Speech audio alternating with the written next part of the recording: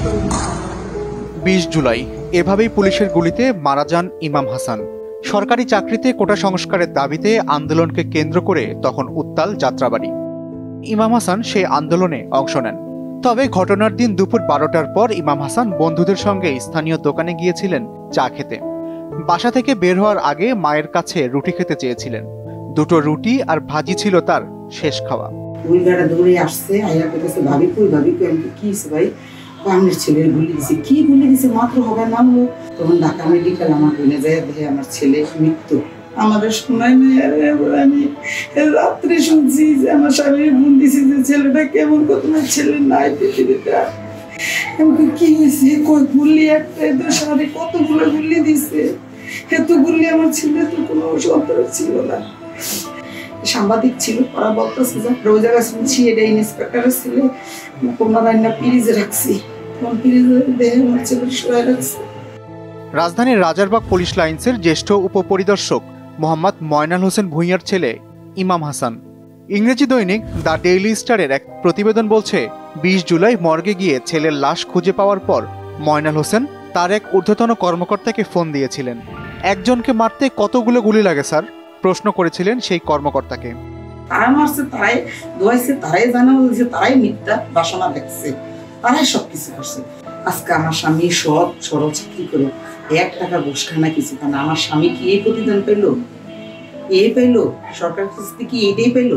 সরকার কি এইটা দিয়ে দেশে ভাগলো? নারায়ণগঞ্জের সরকারি আদমজীনগর MW কলেজের দ্বাদশ শ্রেণীর শিক্ষার্থী ইমাম হাসানের মরদেহ পোস্টমর্টেম করা হয়েছে।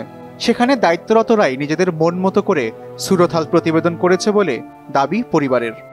12টার পরে গুলিবদ্ধ হয়েছে, 1টা নাগাদ হসপিটালে নেওয়া হয়েছে। সে একটা 55-তে পাওয়া, একটা 50-এ মারা গেছে তাদের ভাষ্য মতে। যদি তাদের ভাষ্যটাও ধরে নেই, ওই সময় 12টা থেকে 2টা পর্যন্ত কারফিউ ছিল না, শিথিল ছিল, তাহলে কোন আইনে মারে? 144 ধারার লটা আমি পড়েছি নেট থেকে নিয়ে।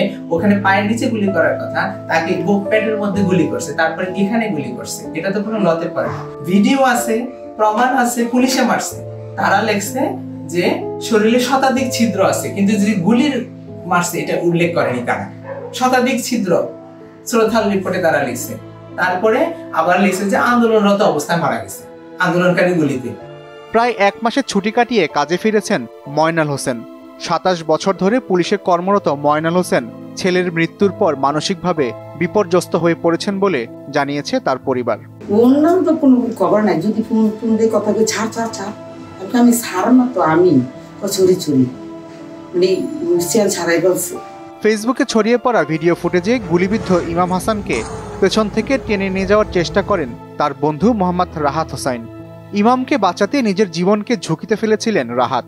তবে বন্ধুকে বাঁচাতে না পারার আক্ষেপ সারা জীবন থাকবে বলে জানিয়েছেন তিনি। পুলিশের প্রায় 20-22 জনের একটা ফোর্স ছিল। ফোর্সটা তারা আমাদেরকে এসে অজস্রভাবে পিটানোর পরে টাইম যখন দৌড়টা দেয়, তখনই তাকে পিছন থেকে শুটটা করা হয়। আর ও যখন পিছন থেকে যখন শুট করে, তখনই আমি তাকে পেছন থেকে গিয়ে ধরি। পিছন থেকে ধরে যখন টানি, ওই অবস্থানটাতেই পুলিশ অজস্রভাবে গুলি ছুটতেছিল, দেখলাম শটগানগুলো থেকে। ওই জায়গাটায় টানা অবস্থাতে আমার পায়ে তখন গুলি লাগে। তাই আমি তাকে তখনও ছেড়ে দেই নাই, তখনও তাকে আমি পেছনের দিকে টানি। যখন তার শরীরটা সম্পূর্ণ যখন ছেড়ে দেয়, তখনও আমারও পায়ের যন্ত্রণাটা খুব তীব্র হয়। তাই ওই জায়গাটাতেই তাকে আমি ছেড়ে পিছনের দিকে দৌড় দিই। যখন দৌড় দিই, তখনও পুলিশ পিছন থেকে অজস্র গুলি করছে আমাকে। তখন আমি ছিলাম হলো পুলিশের গেঞ্জি গায়ে দেওয়া। মারছে কতক্ষণ পরে জিজ্ঞাসা করছে যে এই তুমি কি পুলিশ সদস্য? আমি কই না, আমি পুলিশ সদস্য না, আমার আপু।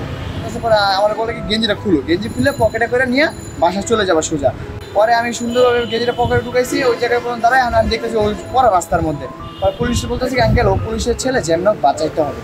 পরে আমি যে টাইম রে ড্যামেজ তো এই সাইডটা, আমি এই সাইডটা অনেক ট্রাই করছি, উঠে বসাইছি ওরে। আর বসার পরে যে উঠে ফেলবো সেরকম অ্যাবিলিটি আমার গায়ে নাই, বা ও উঠতেও পারতেছে না, একদম লুলা টাইপের হয়ে গেছে। ইমাম হাসানের মা পারভিন আক্তার বাদী হয়ে CMM কোর্টে অভিযুক্ত পুলিশ সদস্যদের বিরুদ্ধে মামলা দায়ের করেছে।